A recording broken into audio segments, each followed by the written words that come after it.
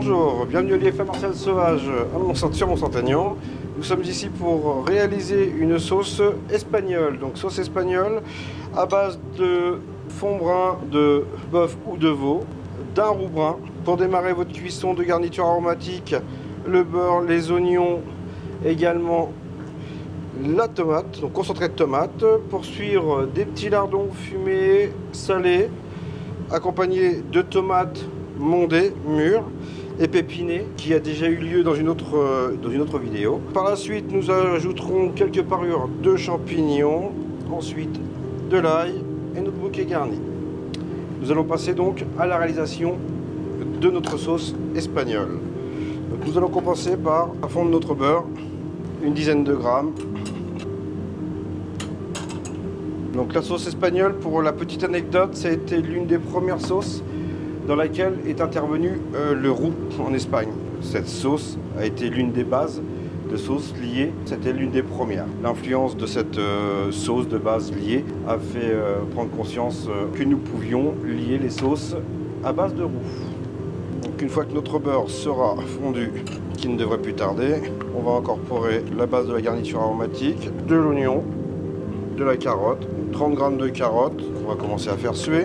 Donc c'est une sauce qui va être dans la famille des sauces brunes, fond brun, roux brun, concentré de tomate, fait que ce sera une sauce qui va être colorée donc sur des tons rouges. Là on est parti pour réaliser donc une sauce en quantité d'un demi-litre.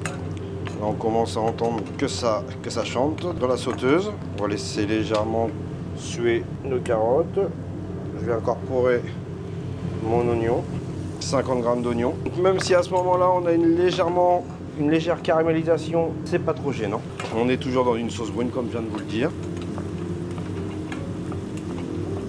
Là j'accélère un petit peu le mouvement, j'ai remonté un petit peu l'intensité de mon feu en dessous. Pendant ce temps-là, je vais couper en dés mes tomates. En cuisine, on arrive toujours à faire plusieurs choses en même temps.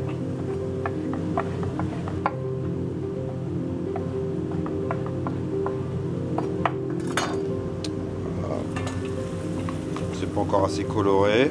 Alors moi dans cette recette là j'ai préféré travailler avec de la poitrine fumée. On peut également arriver avec une poitrine demi-sel, pourquoi pas une poitrine cuite déjà salée. Mon parti a été de prendre une poitrine ayant été fumée pour justement récupérer ces saveurs de fumaison.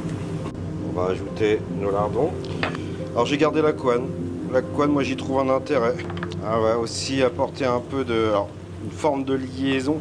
Et ça c'est quand on travaille vraiment des sauces à froid, tout ce qui va contenir de la couenne. Dans la couenne on va avoir donc de la gélatine, donc collagène, élastine, qui permet éventuellement d'avoir des sauces déjà avec une tenue.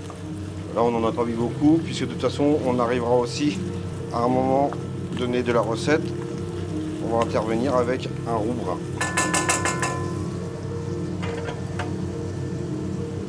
On va incorporer tout doucement le concentré de tomate. Donc là on commence à avoir une légère caramélisation. Donc c'est une sauce qui va cuire à peu près 1h30, 1 heure, ça dépend de la quantité que vous allez avoir dans votre récipient. C'est une sauce qu'on ira à l'issue de la cuisson, enfin pendant la cuisson, toujours à couvert, pour éviter un dessèchement trop prononcé. S'il y avait dessèchement, on pourrait remouiller au fond brun. N'ayez pas peur de caraméliser vraiment les oignons, ce n'en sera que meilleur. Donc à ce moment-là, on va ajouter notre concentré de tomate. Donc en l'occurrence 20 g de concentré de tomate.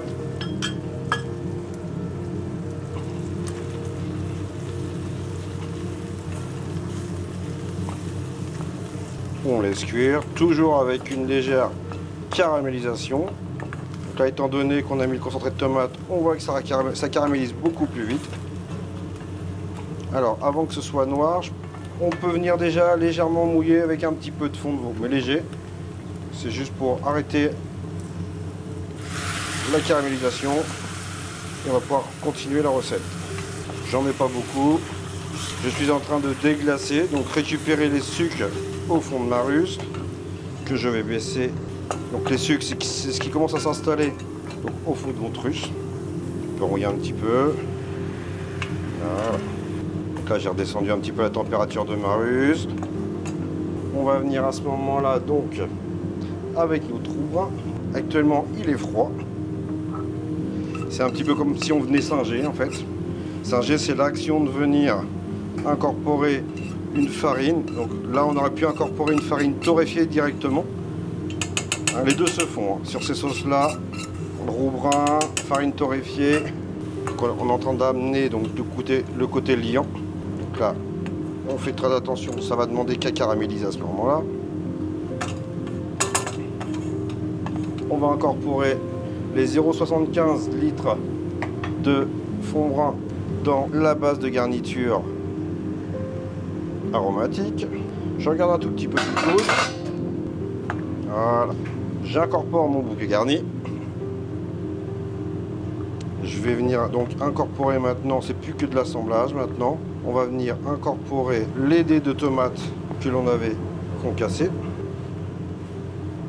Alors dans ce type de recette, ce que vous pouvez faire aussi également, c'est toujours prévoir un tout petit peu de sucre, car selon la période de l'année, le type de tomate que vous avez, vous pourrez avoir des tomates qui manquent de maturité. Pour contrecarrer l'acidité, rien ne vaut qu'un peu de sucre, une pincée, une cuillère à café de sucre pour neutraliser l'acidité de la sauce tomate. Pour finir, mes parents de champignons et l'ail. Et là, nous sommes partis pour 1 heure, voire 1h30 de cuisson. Là, avec la quantité que l'on aura, on va avoir 0,75 de sauce finie. Nous partirons sur à peu près là, 1 heure, 1h15, ce serait bien.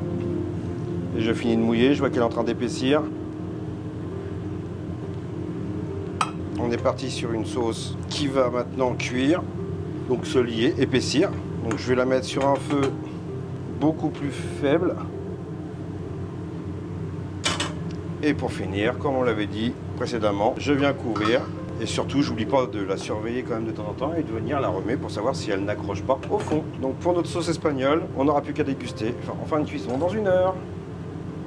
Alors voilà, suite et fin pour la sauce à l'espagnol. Donc une filtration, donc chinois étamine. Donc on met sa louche légèrement à l'envers, on vient fouler.